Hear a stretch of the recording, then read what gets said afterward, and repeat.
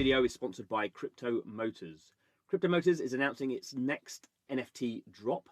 This is its first collection of Design Legend NFT cars in collaboration with the world famous automotive designer Scott Robertson.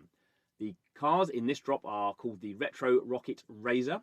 They are inspired by the American hot rod design. There will be 51 cars in total.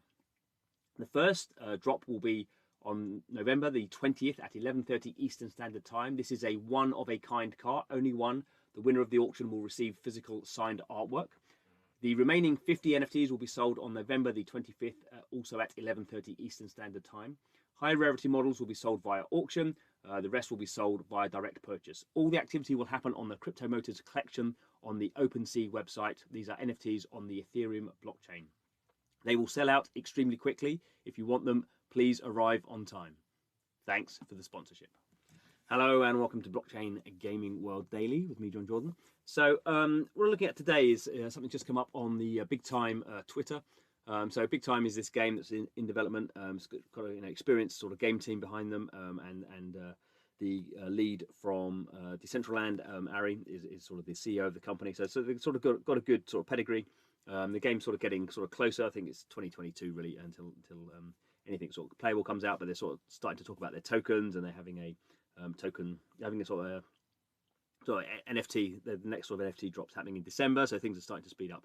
But what's interesting here is they've announced partnerships with some guilds. So these are guilds, or we could see them as you can see them as sort of DAOs or whatever organizations you want to see them. They're sort of play to earn sort of organizations, and these have been springing up really from the basis of Axie Infinity.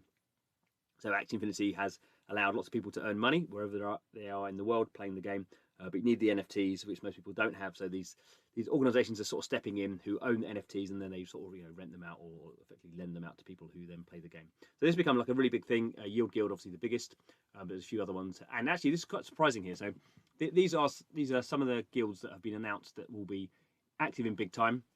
So Big Time has obviously a guild as an element within the game, and it has some sort of tokenomics where guilds will sort of become useful in the sense that they can own assets that may be expensive, but they can lend them out to their kind of people who are in the guild, which maybe the people in the guild wouldn't otherwise have access to these assets. And actually in Big Time, if you look at the tokenomics, you actually need some of these assets in order to go and collect tokens. So tokens, they're doing things in I think a slightly different way, that you have to have these other sort of complex assets and materials in order to collect tokens.